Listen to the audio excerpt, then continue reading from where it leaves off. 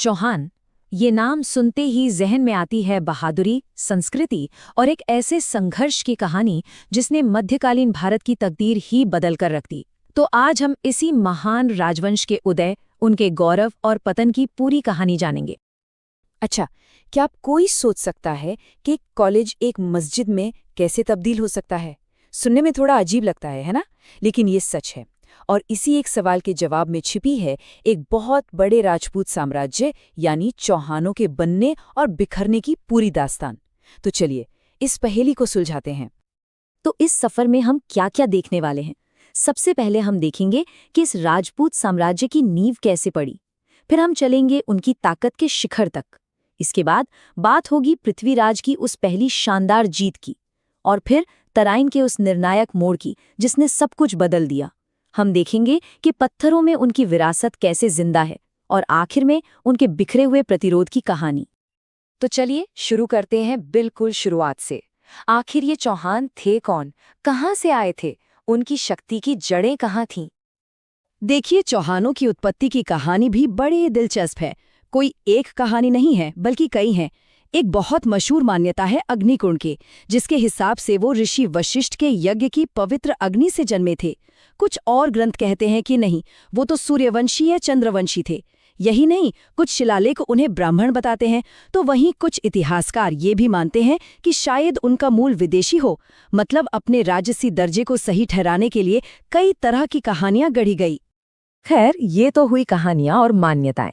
अगर हम ठोस इतिहास की बात करें तो चौहानों की शक्ति का असली सूरज तब उगा जब 1113 ईस्वी में राजा अजयराज ने एक शहर बसाया, अजमेर। और यही शहर बना चौहानों की राजधानी और उनकी ताकत का सबसे बड़ा केंद्र। अजमेर तो बस एक शुरुआत थी। यहाँ से चौहान साम्राज्य ने ऐसी उड़ान भरी कि वो अपनी ताकत के शिखर पर पहुंच गए। और ये हुआ उनके एक सबसे महान राजा के दौर में, जो सिर्फ एक योद्धा ही नहीं बल्कि एक कवि भी थे। हम बात कर रहे हैं राजा विग्रहराज चतुर्थ की, एक जबरदस्त योद्धा। उन्होंने अपने साम्राज्य को इतना फैलाया कि आर्यावर्त से आक्रमणकारियों को खदेड़ दिया। और सबसे बड़ी बात, उन्होंने उस वक्त की सत्ता के केंद्र दिल्ली को तोमरों से छीन लिया था। लेकिन यही तो कमाल की बात है, विग्रहराज सिर्फ तलवार के धनी नहीं थे, वो कलम के भी धनी थे। एक बेहतरीन विद्वान और लेखक। सोचिए, एक राजा जो युद्ध के मैदान में दुश्मनों को हरा रहा है, वही बैठकर हरकेली जैसा शानदार संस्कृत नाटक भी लिख रहा है जो भगवान शिव को समर्पित है। ये उनकी कला और विद्वत्ता का सबसे बड़ा सबूत है।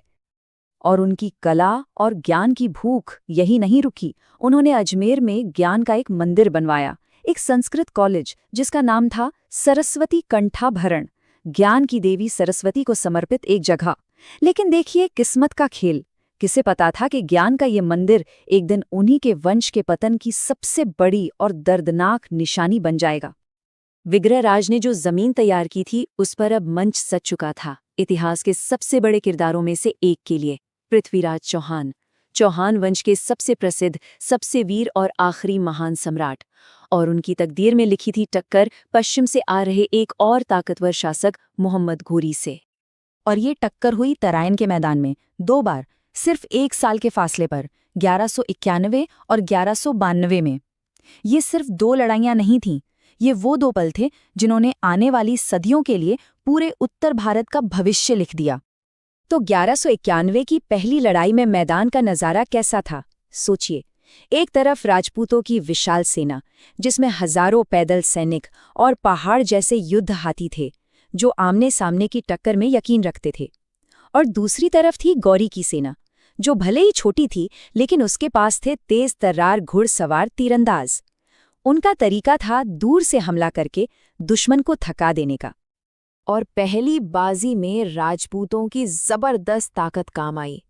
पृथ्वीराज की सेना ने ऐसा तूफानी हमला बोला कि गौरी की सेना के पैर उखड़ गए। मोहम्मद गौरी बुरी तरह जख्मी हुआ और उसे मैदान छोड़कर भागना पड़ा। ये एक शानदार, निर्णायक जीत थी। लेकिन कहानी यहाँ खत्म नहीं हुई। गौरी अपनी हार का बदला लेने के लिए सिर्फ 1 साल बाद लौट आया। और इस बार वो ज्यादा सिपाही लेकर नहीं आया था। इस बार वो अपने साथ लाया था एक नई, कहीं ज्यादा खतरनाक और धोखे से भरी चाल। गौरी की रणनीति इस बार कमाल की थी।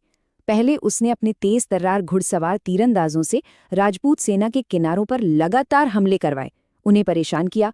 फिर बीच में उसकी एक टुकड़ी ने हार कर भागने का नाटक किया।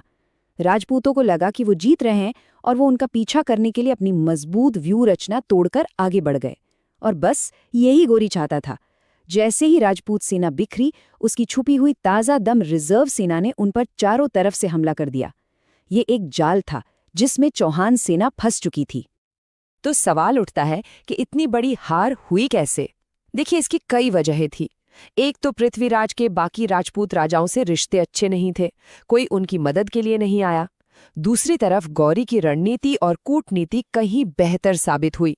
उसकी सेना के हथियार हल्के थे, घोड़े ज्यादा तेज थे, और सबसे बड़ी बात, उसने भोर होने से ठीक पहले सुबह सुबह हमला किया, जब राजपूत सैनिक तैयार ही नहीं थे। तराइन की ये हार सिर्फ एक राजा की हार नहीं थी, ये एक युग का अंत था, और इसका असर बहुत गहरा हुआ। और अब हम वापस उसी इमारत पर आते हैं जिसकी बात हमने शुरू में की थी। राजा विग्रहराज का बनवाया वो शानदार कॉलेज, सरस्वती कंठावरण। अब उसकी किस्मत बदलने वाली थी।